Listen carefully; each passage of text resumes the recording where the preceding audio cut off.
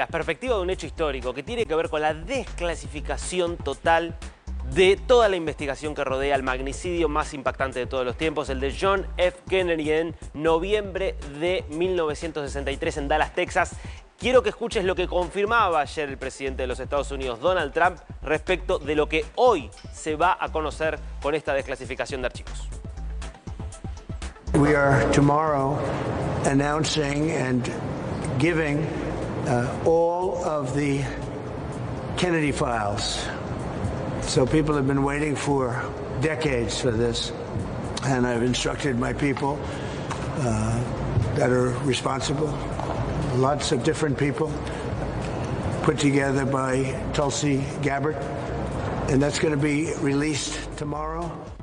Son 62 años que han pasado desde este asesinato de un presidente que ya había marcado una era en lo poco más de 2 años que llevaba en el poder, porque era uno de los más jóvenes, por su impronta, por su esposa, y que era asesinado mientras iba en ese vehículo descapotable junto a su esposa Jackie Kennedy. ¿Qué sabemos respecto de este asesinato? Vamos a repasar qué sabemos y qué es lo que no sabemos, cuáles son las dudas que han rodeado a este caso en los 60 años que pasaron. Bueno, 22 de noviembre del 63 estaba en Dallas, Texas, haciendo una visita típica de un presidente en un momento muy tumultuoso. Estados Unidos, Guerra Fría, invasión frustrada hacia Cuba y crisis de los misiles, entre otras cosas, ¿no? El presunto asesino, Lee Harvey Oswald, la historia oficial dice que este hombre, que tenía vínculos con ideas comunistas, que tenía viajes y vínculos con agentes soviéticos, habría disparado desde el 6º piso de un edificio que estaba justamente enfrente de donde se encontraba. Claro, ¿qué sabemos también? Que 2 días después del asesinato de Kennedy, Oswald fue asesinado en una circunstancia rarísima, porque uno imaginaba que tendría que ser la persona más custodiada del país, porque era el hombre que había matado al presidente. Sin embargo, permitieron que este hombre, que es Jack Ruby, un empresario de la noche bastante oscuro, bastante ligado a negocios mafiosos, lo asesinara, con lo cual nunca hubo un juicio, pero sí él llegó a decir: no, en realidad yo no actué solo. Bueno, hubo una comisión Warren que hizo una investigación liderada por el Congreso, informada por el Congreso, que concluyó un año después que Oswald actuó solo y que no hubo conspiración. Esta es la versión oficial. Ahora, muchos no creyeron y siguen sin creer en esta versión, entre otras cosas por lo siguiente. Primero, ¿actuó realmente solo Oswald? Porque muchas teorías lo que sugieren es que pudo haber habido más de un tirador, porque por más que entrenamiento que tuviera, había que tener la capacidad de acertar de la forma en la que acertó. Entonces, ¿realmente actuó solo o había otras personas y otros francotiradores que participaron? Bueno, es uno de los interrogantes. ¿Qué otros interrogantes hay respecto de este caso en estos años? ¿Hubo una conspiración más grande? Es decir, en realidad no fue un lobo solitario que decidió actuar esto por cuestiones ideológicas, sino una trama mucho más amplia.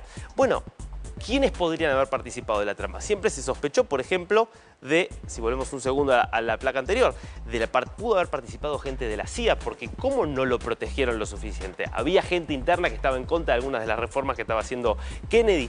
¿Pudo haber participado de la mafia enojada porque había perdido los negocios que tenía en Cuba y Kennedy no hizo lo suficiente para sacar a Fidel Castro de Cuba y entonces había habido compromisos incumplidos allí y entonces se la pagaron? La KGB tuvo que ver, entonces insisto, conspiración internacional. Grupos de anticastristas cubanos, insisto, enojados por el fracaso de su irrupción en Cuba. Bueno, ¿por qué Jack Ruby mató a Oswald? Bueno, él dijo que lo hizo por una cuestión impulsiva, sin mucha más justificación, pero hay una hipótesis que es que, bueno, en realidad fue enviado por alguien allí para que justamente nunca se supiera la verdad, para que justamente Oswald nunca pueda contar qué había pasado. Y después lo último, que me parece que también tenemos dudas, y es un poco lo que empieza a saldarse ahora: ¿por qué tantos documentos clasificados durante tantos años? ¿Por qué tanta decisión de mantener en reserva lo sucedido? Bueno, por lo pronto son 80.000 páginas de archivos desclasificados que en estas horas van a terminar de conocerse y esperemos que terminen de calmar alguna de las dudas. Por lo pronto, lo que dijo la senadora, en realidad la congresista que estuvo liderando este proceso, ya nombrado Trump presidente, es que ellos tienen la teoría inicial de que en realidad no hubo un solo tirador, sino que hubo 2 tiradores, con lo cual estamos ante la posibilidad de que cambie totalmente el paradigma sobre qué pasó con el asesinato de Kennedy, el magnicidio más impactante de todos los tiempos.